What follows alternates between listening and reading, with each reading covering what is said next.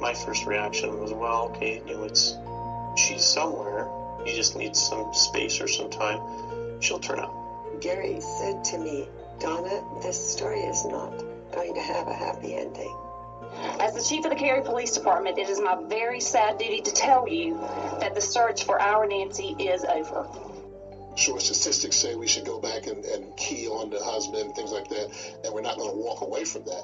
But at the same time, we're letting the investigation lead us wherever it goes. She said that at least 3 times that day she had said, I hate you, Brad Cooper. I hate you, I hate you, I hate you. He's been awake on his computer, and when she comes in shortly after midnight, we think they argued and that a fight ensues, and that's when he strangled her. You need actual evidence to convict, and actual evidence is something that they did not have. People who had known the couple for years did not jump on this bandwagon to paint this as an abusive relationship. Not only did they start with an eye toward building a case against Brad, they also started with an eye toward attempting to preserve Nancy's reputation. And now the police department and the prosecutors are willing to send an innocent man to rot in a dungeon, in essence, for the rest of his life. If I was hearing this for the first time, would I feel comfortable sending someone to prison for the rest of their lives?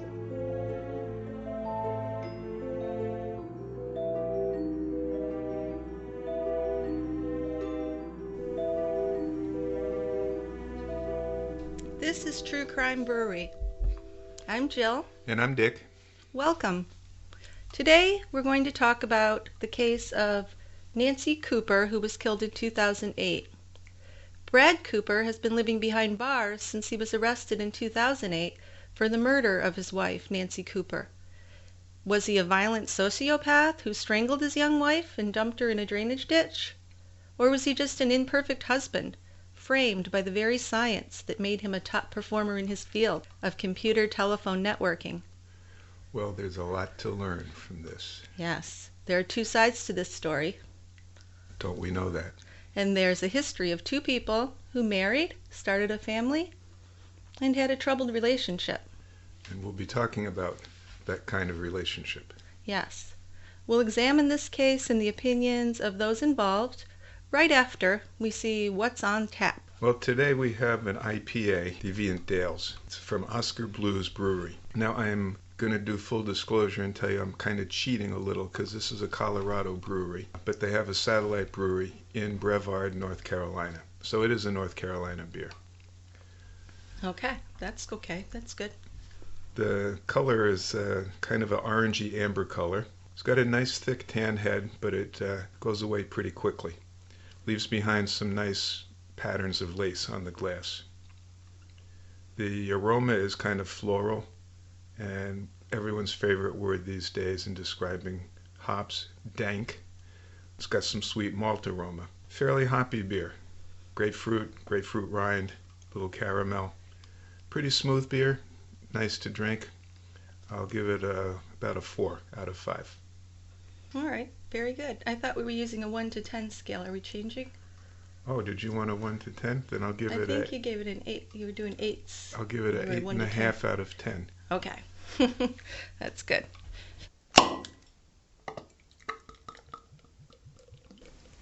Okay, so now how about if we scoot our stools down to the quiet end of the bar and try to find out who killed Nancy Cooper.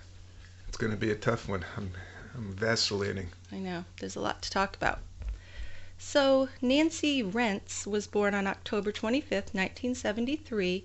She was an identical twin with her sister Krista. She also had a brother Jeff and a younger sister Jill. Now, Nancy met Brad Cooper in Calgary, Canada in 1998 when she was just 24 years old. Now, when he was offered a prestigious position by Cisco Systems in Raleigh, North Carolina, Brad wanted Nancy to move there with him. So they kind of rushed along getting married. They got married for immigration reasons. She could move with him, although everyone says they would have gotten married anyway, in the fall of 2002. So they got married, they moved to North Carolina, and over those next 8 years they had 2 children, one in 2004, one in 2006. Made friends. They each had a BMW in the driveway. and Brad's career was flourishing. He became an expert in the field of internet technology and telephones, and he was actually one of only 152 internetwork experts in the whole world at that time. Pretty impressive. Yeah. You know, you had mentioned that they moved to the United States and they got married because she needed to in order to be in the U.S. as a Right. Canadian citizen, or at least spend time in the U.S. I guess you can certainly obviously visit as a Canadian citizen, but you can't live there. So I'm thinking in light of all the difficulties that they had down the road, Mm-hmm. maybe they did marry in haste. And if they had continued to date, they might not have ever gotten married. Well, sure, yeah. That's just a supposition. Mm-hmm. That's definitely could be part of the reason why the marriage didn't work out very well. I'm just wondering. Yeah. But at the time they moved, everyone thought they were in love and everything was going to be great. Sure, they're still in the first throes of love. Right, the honeymoon stage. Right.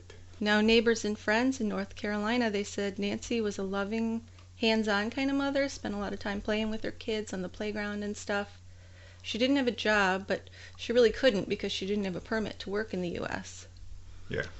She's still a Canadian citizen, of course. So she could work kind of under the table and get paid that way. But I guess she didn't work at all. No, not really. But she had these 2 kids, so Yeah. that's a lot Well, right there. That's work, right? Mm-hmm, absolutely. So now Brad and Nancy Cooper, they lived in Raleigh, North Carolina, suburb Cary, with their 2 young daughters, Bella and Katie. And it was on Saturday, July 12th, 2008, at 10 a.m. when Nancy's friend Hannah called the Cooper house. Brad answered, and he said Nancy'd left for a run at 6:30 or 7. Hannah was supposed to meet up with Nancy at her house around 9-ish, and she wasn't back. So Nancy not showing up or calling Hannah was unlike her, and it did ring a little bell in Anna's head. Right. Hannah's head, I'm sorry. It's Hannah. Hannah. Yeah, there's the first inkling that something's not right. And if she's made a date to be at her friend's house for coffee or whatever at a certain hour, and from what I understand, she always let people know what was going on, where she was, what she was doing. It's 10 o'clock, hasn't heard from her. So you start worrying a little bit. Worrying a little. It's a red flag, but now nothing to panic about at that point. Right.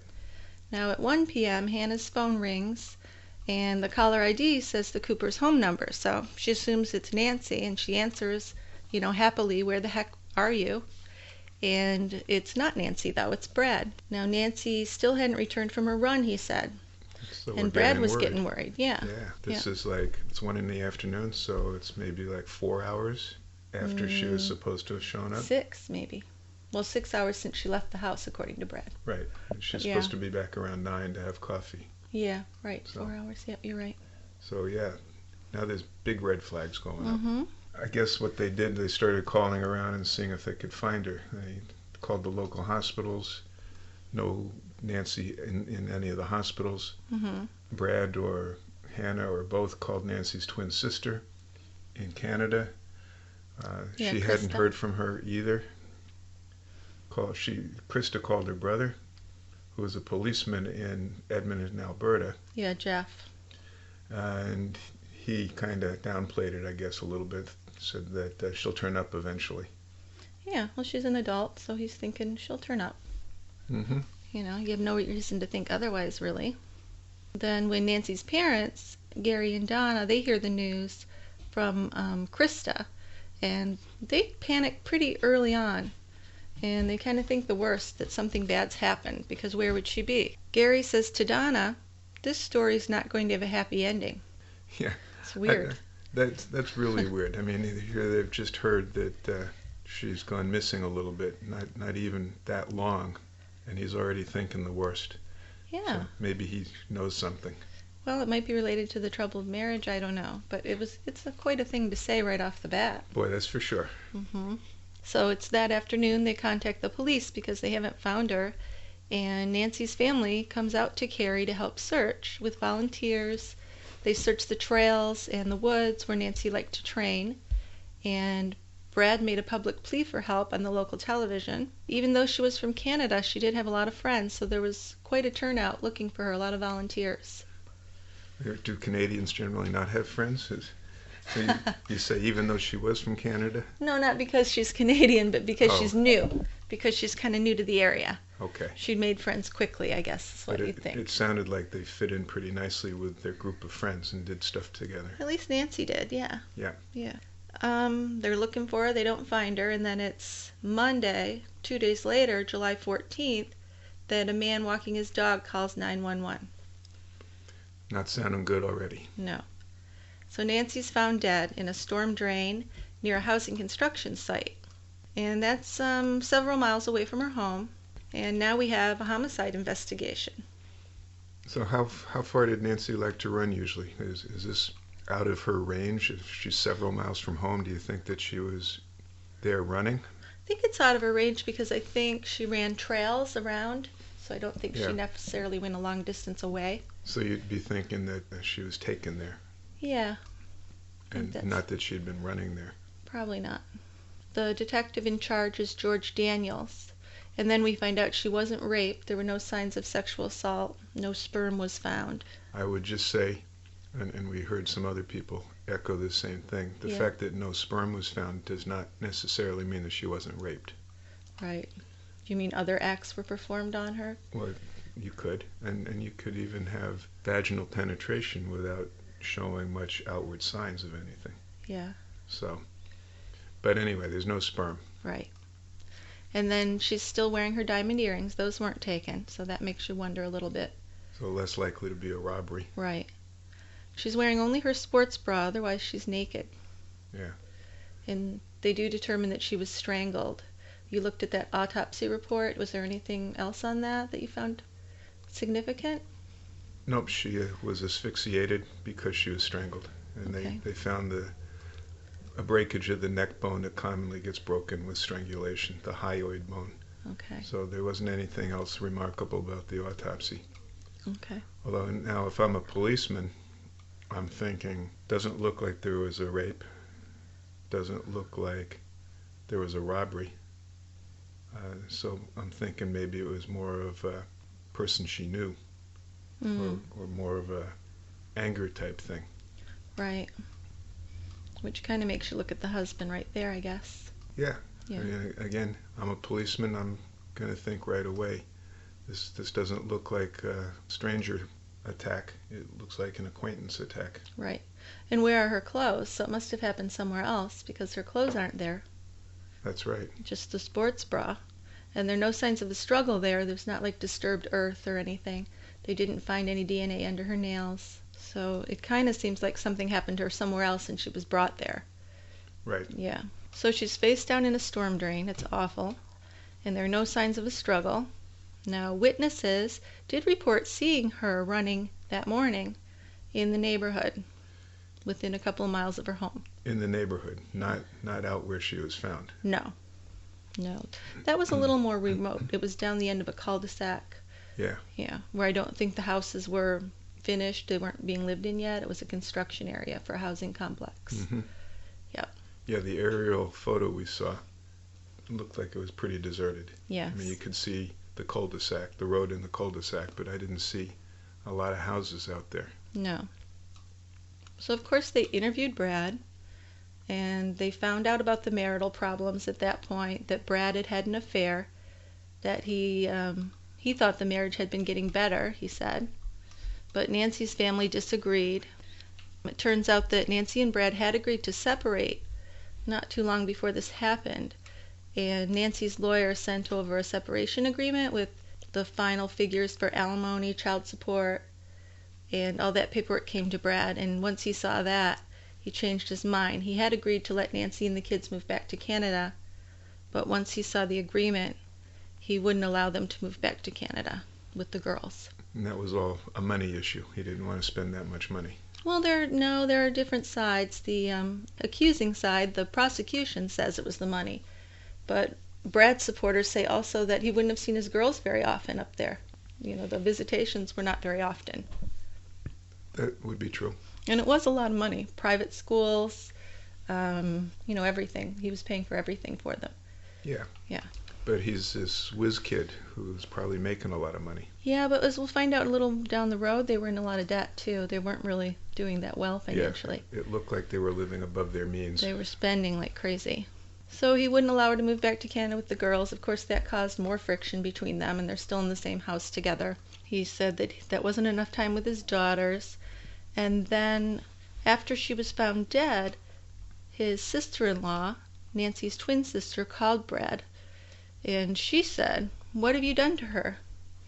And then hung up on him, didn't want to hear what he had to say about that. So the family, I think, right away suspected him. So her side of the family thinks the worst of him. Yeah, they actually did an emergency court appearance filing for custody, temporary custody of the children, as soon as it was determined to be a homicide, even though Brad was not a suspect at that time. So they got custody of the kids, and a lot of Brad's supporters believe that him losing custody really made him look guilty in front of the public. Well, it sure doesn't make you look good. I mean, he hasn't even been charged with anything yet. No. And a judge awards custody of his children to his in-laws. Because they say the kids are in danger, though there's no evidence of abuse or anything in the household. Right. I wonder what was testified before the judge and why he granted the grandparents custody. Yeah, that we don't know. Those are all filed away. We Yeah. don't know what happened exactly. I mean, I would think it'd be bad enough, whatever it is. Right. Well, I don't know. Now, Nancy's new friends in North Carolina said that she was complaining because Brad was very controlling and had put Nancy on a $300 a week allowance. Now, that wasn't for bills, it was for groceries and spending money every week. So, it's fairly generous. It's not a lot of money, but it's certainly not being deprived. They tried to say that, the prosecution tried to say that it was domestic violence to control the money like that, to control her, and that she was deprived of the things she needed, which doesn't seem to be true at all from what we can tell. Well, $300 for groceries. I mean, a family of four. Mm-hmm. Granted, 2 little kids, but I'll bet $150, $200 of that is groceries. Mm-hmm. So it leaves you $100 or so bucks left to do what else? Shop, get coffee, stuff like that. Right. And then I'm not sure who's paying the bills. I guess nobody, because they're deeply in debt. Well, he's paying the bills. You know, he's paying them kind of late, but he is paying the bills. Yeah, didn't he have like a $45,000 debt on Amex?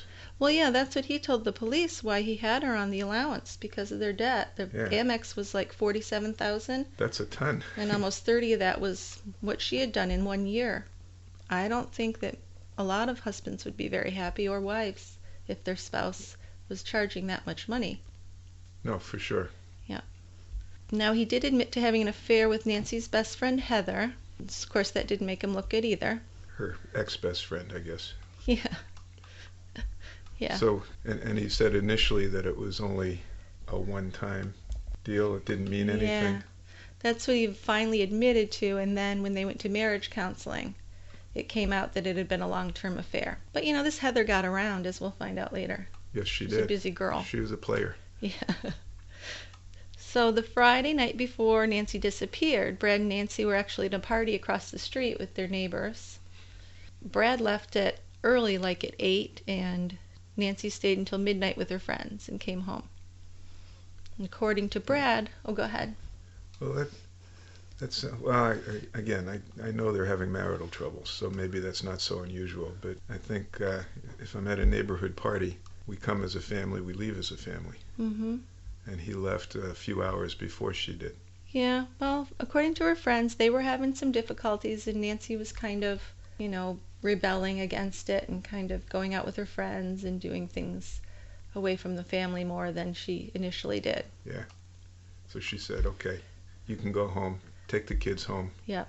I'm staying here for a while. Yep. According to Brad, they were up at 4 a.m. Saturday morning with their baby Katie because she was crying and not really being consoled. And Brad went to the grocery store. He ended up going 2 times early that morning for milk and then for laundry detergent. So he picked up the milk, came home. Headed home. And got a call at around 6:40 from Nancy saying they needed laundry detergent and juice too. Okay. So back he goes. Yeah. And this call will come up later as a subject that is much disputed. Oh, this is the call. This is the call. So he's got his milk. He's ready to come home. Whoops, wife is calling me. Mm-hmm. And he's gonna pick up the other stuff and then go home. So he goes home, Mm-hmm. and she's already left because she's out on her run. No, she's there. He's upstairs giving the girl her bottle, the baby girl her bottle, and looking at some emails or something.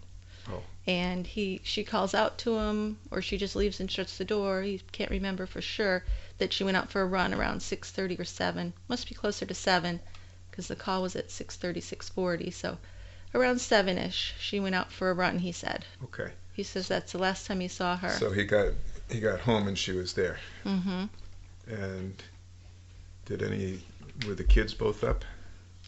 Did anyone else see her at home before she went for her Yeah, run? I think the 4-year-old did say she saw her mom that morning. Yeah, good point. She did. And then we also had witnesses that said they saw her running, as I mentioned earlier. Right. Now, But then we're getting back into my favorite topic, the eyewitness. yes, I know. And you know how reliable they are. I know. But when you compare it to the husband's story, the eyewitness story, I think they're kind of on the same ground as far as which do you believe. yeah. Yeah. No, I think so. I mean, if the husband says he got home and she left shortly after he returned home for her run, and people saw her out for her run, that's good, at least in terms of the husband. Right. Now, it was about 2.5 years after her death that Brad was put on trial for her murder. Now, what were Brad's motives? Well, I can think of some. Mm-hmm. They're getting divorced. Well, they're not necessarily getting divorced. They were getting separated. Okay. Yeah. He's having an affair, which I'll bet was an ongoing thing, It was, yeah. despite his protestation. And this is a way to get rid of the wife. Mm-hmm. He's going to do her in. So I can see where he'd be the prime suspect. Mm-hmm. Except he's got an alibi of sorts. Of sorts. Now, the prosecution said that as I said before, his financial control, they said it was domestic violence to control someone financially like that. All right. So I don't know about that. I don't know. What do you think of that? I mean, if you're not hitting someone or, verbally degrading them, is holding the money really domestic violence? Well, I think that's kind of playing with semantics. I think Yeah. it is a form of abuse Really? to withhold money. And Even if you have food and a nice house and Well- all your needs are taken care of, you're just withholding spending money? yeah, I think that's true. Okay. I think that maybe there could have been more money, or not that she had to have an allowance. I think that's a portrait of him being controlling. Mm-hmm. Yeah, I'd agree with that. It definitely shows him as controlling. And neighbors, witnesses, they did say that Nancy and Brad fought openly at the Friday night party the day before she disappeared. They said Brad went home at 8. She didn't go home until midnight. The prosecution's idea was that she came home at midnight, they had a fight, and he strangled her that night. And that she never went out running in the morning. Okay. And that he drove to the disposed of store her body at some point. at some point. Must have been in the nighttime, though, right? Yeah, I would think so. They think he made the trips to the store just so he'd be on the video camera. Okay, so he's got an alibi. Mm-hmm. And they think that he had the expertise to rig that call that came from the home phone to his cell phone, even if Nancy was already dead. Yeah, I'll bet he did. I'm sure he had the expertise to do that. I mean, again, he's this hotshot telecommunications guy. Mm-hmm. It would have been, to me, it would have been child's play for him to rig that to his advantage. Well, the prosecutor agrees with you. He said that Brad made the call from the computer modem. He'd actually had a router from the office that he had at home, although they never found it afterwards. But because he was a computer telephone network expert, they do think that he could do that. Sure. Now, on the defense side, they really never, during the trial, they never really were able to prove that he had done it. The prosecutor said that Brad rigged the call from the home phone to the cell phone, and he had some experts, the prosecution had experts come in, and they testified on multiple ways that it might have worked, but there was never any evidence found that he actually did do it. So it's all supposition, and it's all this is how we think he could have done it. Right. But they couldn't find any hard facts to back that up. It's not proof, and actually the defense found some experts of their own who said that the maximum length of a router call with that method that he might have used could only be 23 seconds. And the call was 32 seconds that was made from the home to Brad that morning. So the defense says there's no way that could have happened. That's right. But the thing about that is that the defense computer experts were never heard by the jury during his trial. No, they were excluded? They were. Judge Paul Gessner precluded the testimony of Jay Ward, who was a network security expert, and Giovanni Moscucci, a computer forensic expert. Now, the former was because they said that he was not enough of an expert in the telecommunications field. Okay. And the forensics expert, they said that he was not entered in for the case soon enough. It was too late to add him in, which I'm not sure how that works. Me either. I mean, I can see where they could exclude the guy who's claiming to be an expert and not an expert. Right. Because that's like me testifying about telecommunications. Yeah, but usually once you get them on the stand, you can show that they're not competent, I thought. Yeah, well, that's true. But maybe they just figured it was a waste of time to even put him on the stand. Well, maybe. So we'll exclude his testimony, their testimony. No, another really funky thing is that the prosecution actually said it would jeopardize national security if the FBI shared tools and underlying notations in which they formed their opinion about his Google Maps search. Now, what's the Google Maps search? You haven't mentioned that yet. Oh yeah, the Google Maps search. Well, that's another thing that the computer experts were going to testify on. So let's go back to where we were and we'll get around to that. Okay. I got a little ahead of us there. So Brad said that he went to bed at 9:30 p.m. the night before, and another thing that conflicted that on the computer was that it showed that someone was online until after midnight on the computer. So a lot of computer things come into this. That's one. Well, maybe it was the 4-year-old. Yeah, probably. Isn't that what child porn is? It's when little kids get up late at night and go on the online. computer. Yeah. Yep. And that's probably what would be porn for a child. Really good toys, Legos, candy, Legos, ice cream. maybe little naked dinosaurs or something. Yeah, that could have been it. Yeah. Okay. So the Google Maps search, now we're there. At 1:15 p.m. on Friday, July 11th, the day before she disappeared, there was a Google Maps search from Brad's computer. It was a 41-second search to exactly where Nancy's body was found. Now, the defense attorney, H. Kurtz, said no witness ever had any signs of violence ever from Brad, and that when Nancy's friend Jessica said Nancy was supposed to paint her house the morning she disappeared, that Brad's friend said that he was going to play tennis with him, so she would have had to watch the kids. Mm-hmm. So maybe her friends are not as reliable as we think. Maybe we should give Brad a little slack here, listen to his friend. Maybe everything they're saying about Nancy's plans for that day and what happened aren't the truth, or not necessarily the truth. So they're just trying to mess up the timeline and suggest that he could have had the opportunity to do it. Mm-hmm. Yeah, but the other thing I'd ask, jumping back and forth here, right, is that if this guy's such a computer expert, why would he leave his Google Maps search on the computer? Exactly, going to right where the body was found. You know, you get rid of that.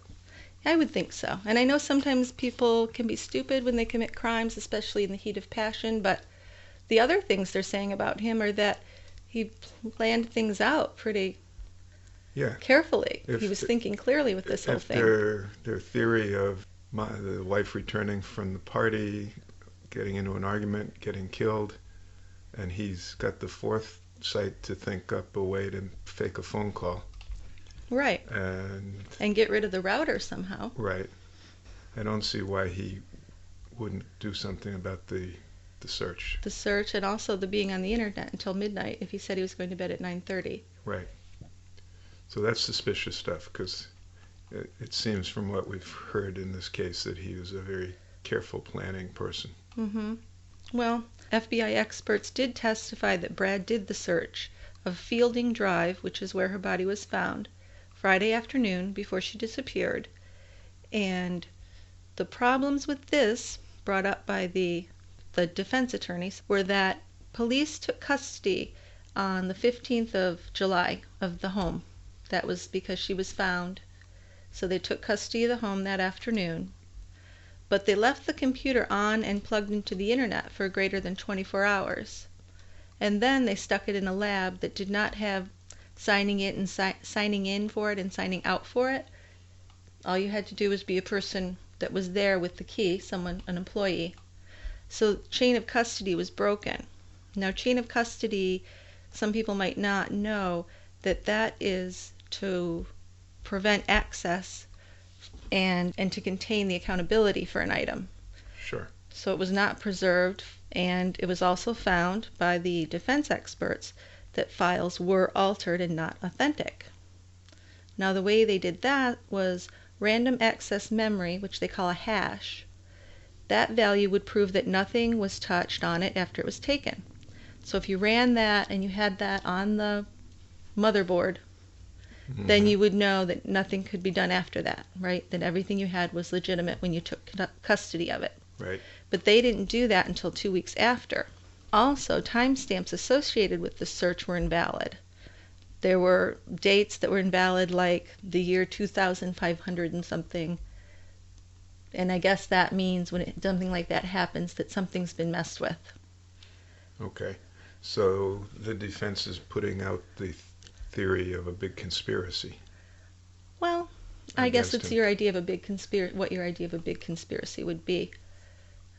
Well, it sounds like they're postulating that the Google search and the files that were deleted, these are all things done by police or somebody Not to make him necessarily look police. guilty. Could be family members, friends that were against Brad, because her local friends and family were not happy with him. They all thought that he'd done something to her. But once the computer's in the custody of the police, the family members can't waltz in and look at the computer. Well, you would hope not. No, they can't. Okay. Well, I've heard of strange things where, like, they let the father in to come in and get some things for the kids, or, Nancy's father or something. Maybe into the house. Right.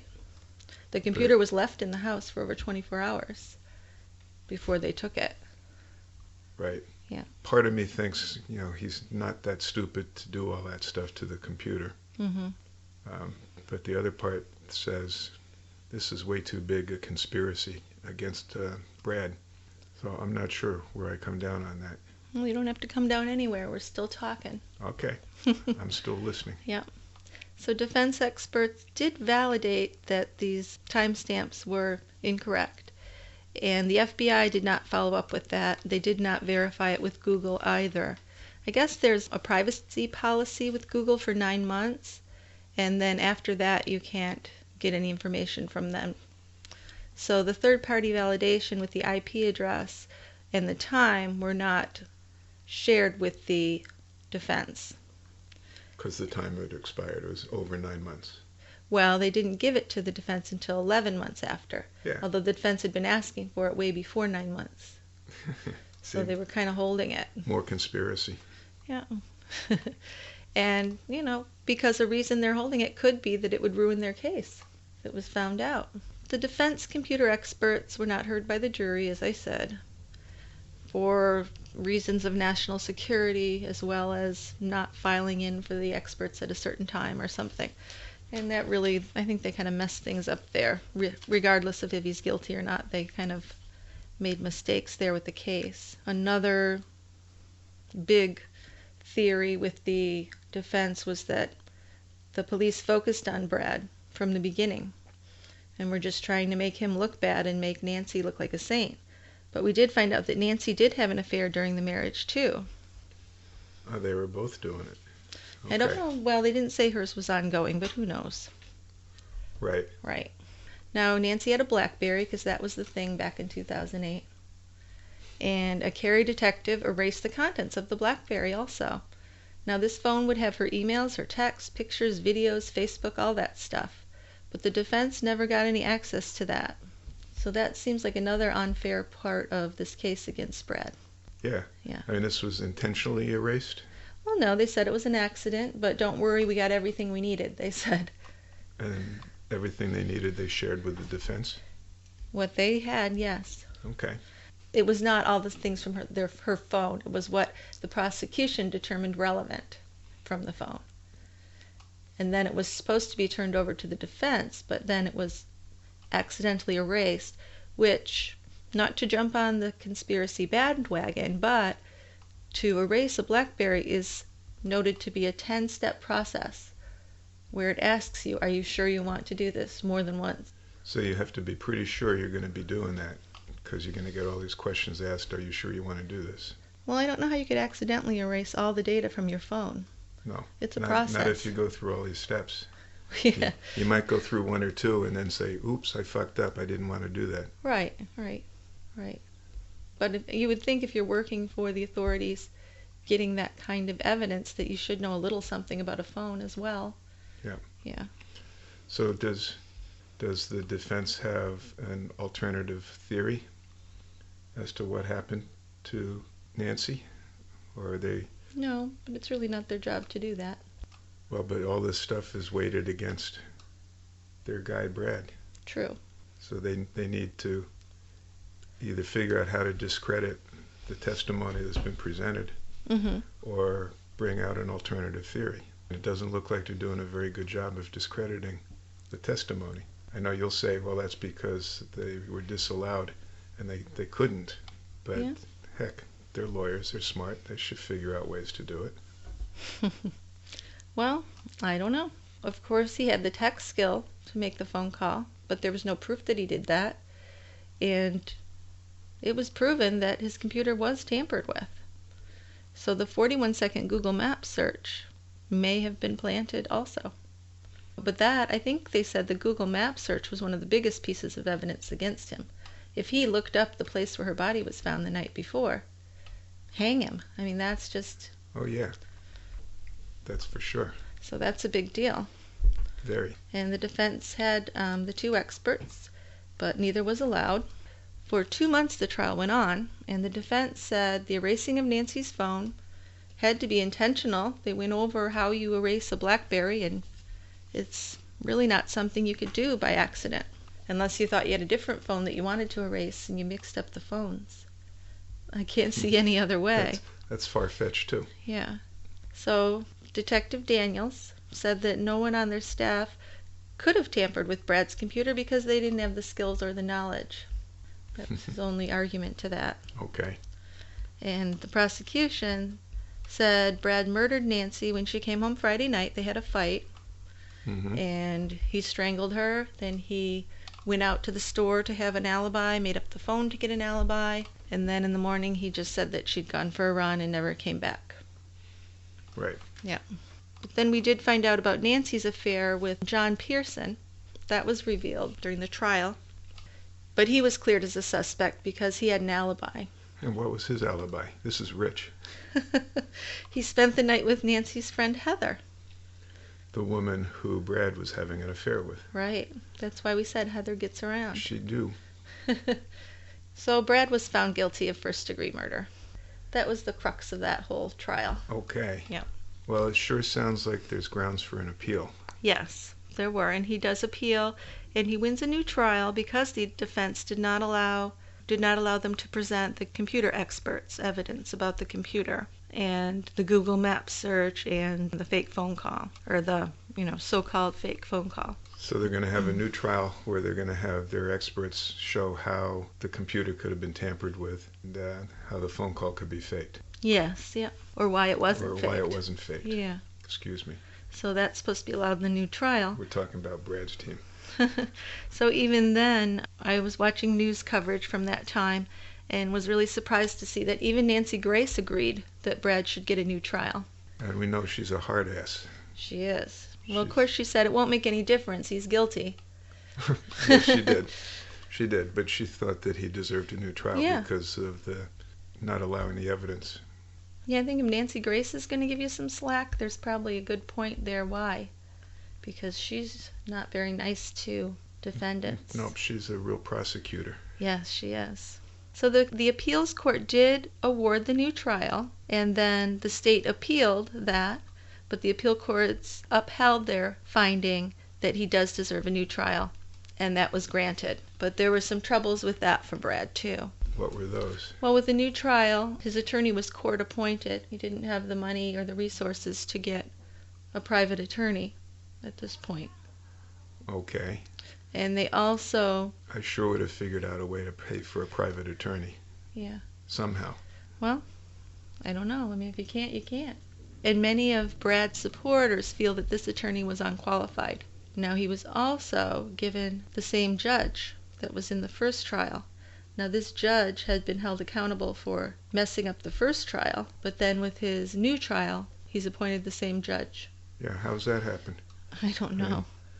I would think the judge would recuse himself from the second trial, from the appeal, just because he got overturned on the first trial.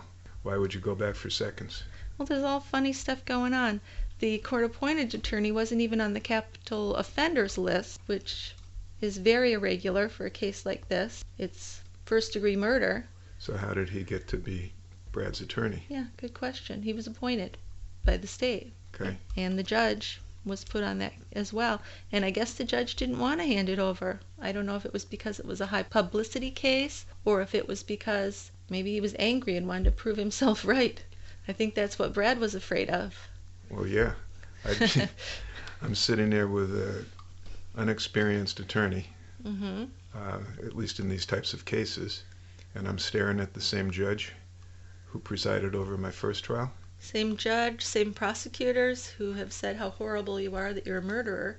And then you have this attorney, which, I don't know, maybe he tried hard, but he didn't seem qualified. He only visited Brad 2 times in prison during the 9 months leading up to the time of the trial. Well, he was diligently checking the facts. Yeah. Right before the trial started, Brad was offered an appeal deal. Now, the appeal deal was made public without talking to Brad or his family. He found out about the appeal deal watching the news, that this was going to be offered to him. So this is something that the attorneys had discussed amongst themselves and decided they'd go ahead with it. And then Brad finds out he hadn't even spoken to his attorney about this. No, and it's a little disconcerting because if you think your attorney, and these attorneys work together, the prosecutors, the appointed defendant attorneys, they work together day in and day out. They have relationships. So if they're working out a deal for you and not even discussing it with you, you have to wonder, how much is this attorney really going to be on your side if you go to trial? Quite so. So when Brad found out about the appeal deal, he did meet with his lawyer. According to the deal, he would have to plead guilty to second-degree murder, and at this time it's already 2014. So he's been locked up for... So he's served 6 years or so. Yeah, because he was held during the trial as well, right, and leading up to the trial.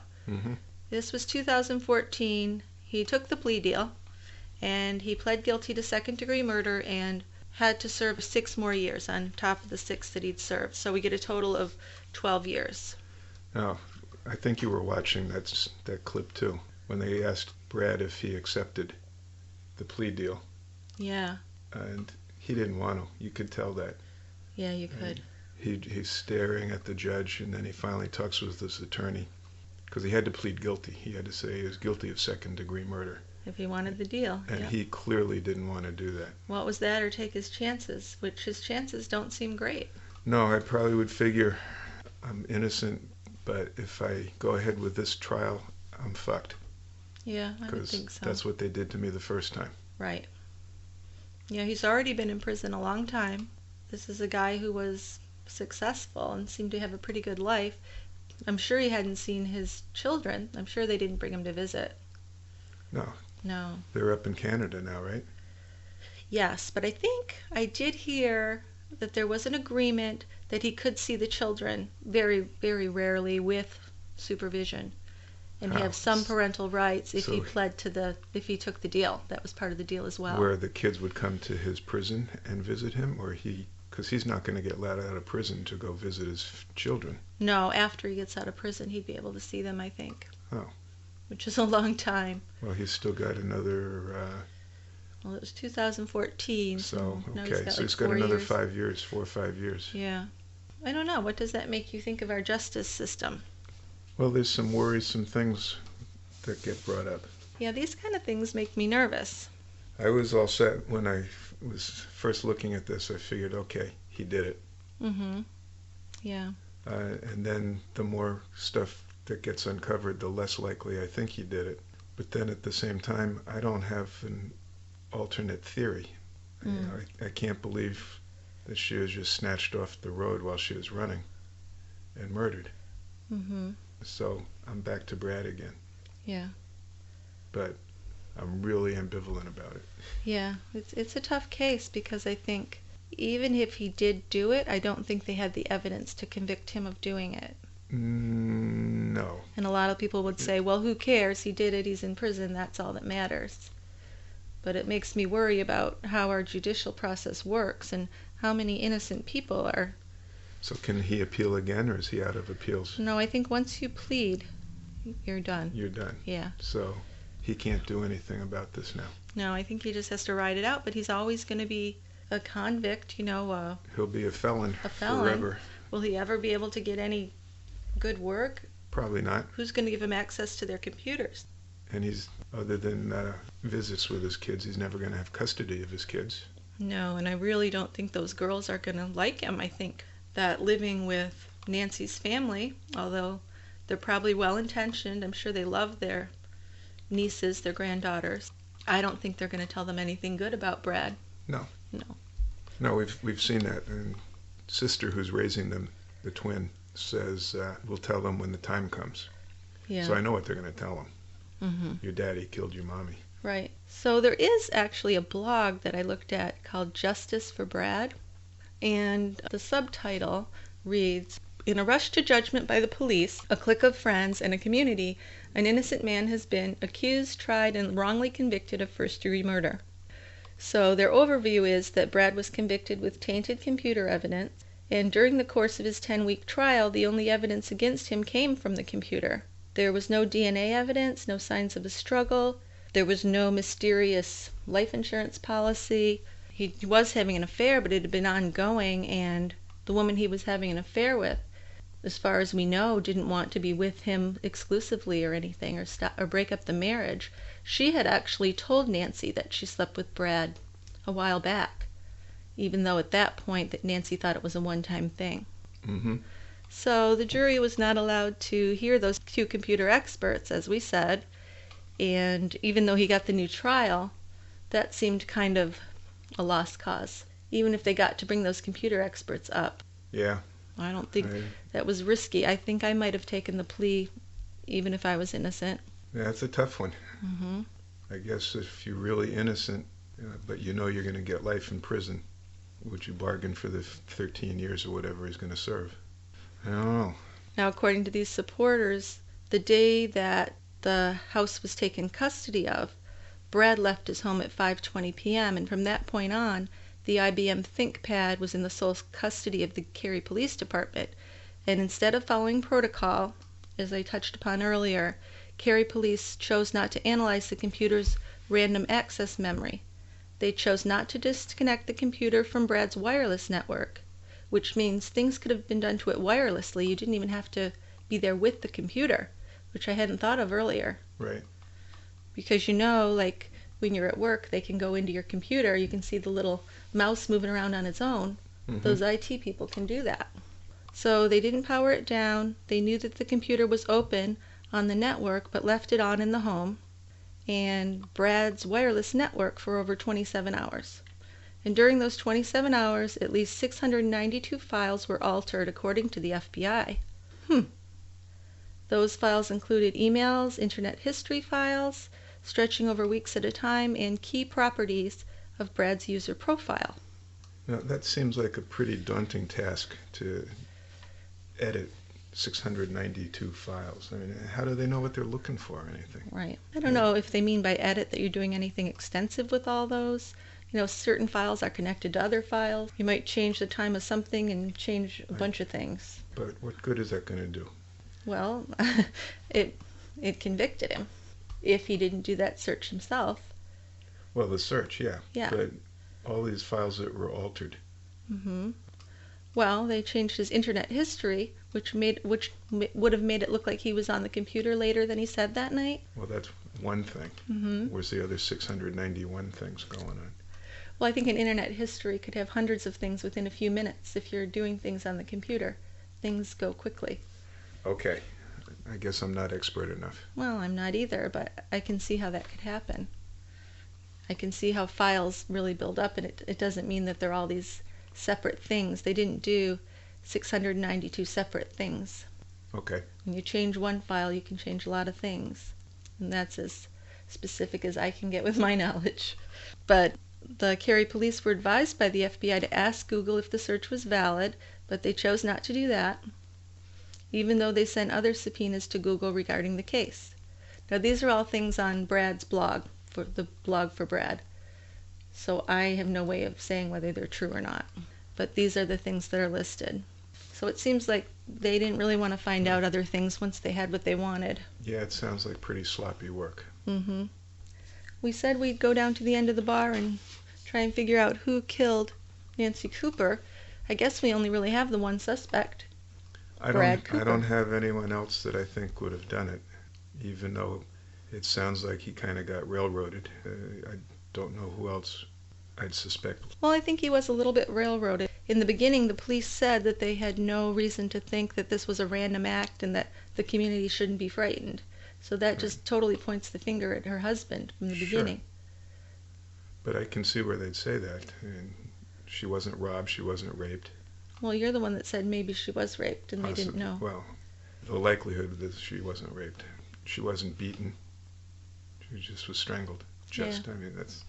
That was enough. Not a good way to put it. Not a good thing. I don't know who else could have done it. Right. Well, we don't. We don't. But it could have been random. Could have been Brad. Okay. Or someone really smart got away with it and nobody has a clue. Yeah. But if Brad did do it, I guess he's getting off easy with 12 years. I guess so. And I think that wraps it up for today. It was an interesting case. I'm glad we talked about it, even though we didn't really figure out anything new. I tend to think that he really was not treated fairly by the justice system, but I can't say that I'm totally on board with justice for Brad. I don't know that he's innocent. I agree. I think that's the best we can do with this. Well, that's funny because we were going to start out going against each other. I said he didn't do it. You said he did. Right. We went down to the end of the bar. We talked about it. And we're both in the middle. Yeah. So I think that world leaders need to go down to the end of a bar and talk, and maybe we could work out a lot of our problems in the world just by sharing a beer and talking. Worked for us. It worked for us. So if you want any more information on this case, if it interests you, there is a Dateline episode which I watched and enjoyed. It was called The Day She Disappeared, and it's with Keith Morrison, one of our favorite Dateline hosts. He has a great way with words. Got that voice. Yeah, and you can catch that on NBC.com.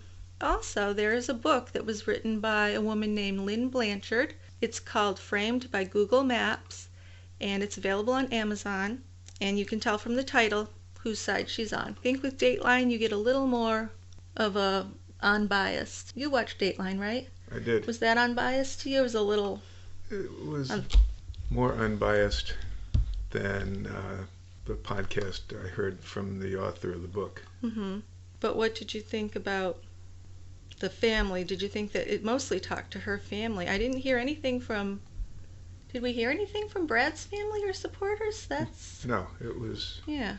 It was mostly her family. So probably if you watch the Dateline, you read the book, or the podcast was on Generation Y if you just want to listen to the podcast where they interview her.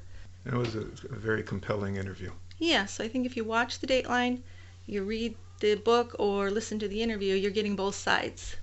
Yes. And if you're starting to think that Brad needs justice, then you can also look up the Justice for Brad and read a little bit more about it there. So, as you know, True Crime Brewery is available on iTunes, Stitcher Radio, and Google Play. You can follow us on Twitter at TieGrabberPods and like us on Facebook, facebook.com/TieGrabberPodcast. Our website is www.tiegrabber.com. If you'd like to help us out, click the PayPal subscribe button on our website, and you can contribute as little as $1 a month just to help us keep this ad-free.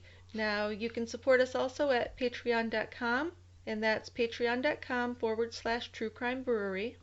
If you want to help the podcast without giving up any cash, it would be a really big help if you would leave us a 5-star review on iTunes. That really helps us. That's the main way that we get more listeners to listen and spread the word about our podcast. So that's it for today. I'm Jill. I'm Dick. See you later. Next time.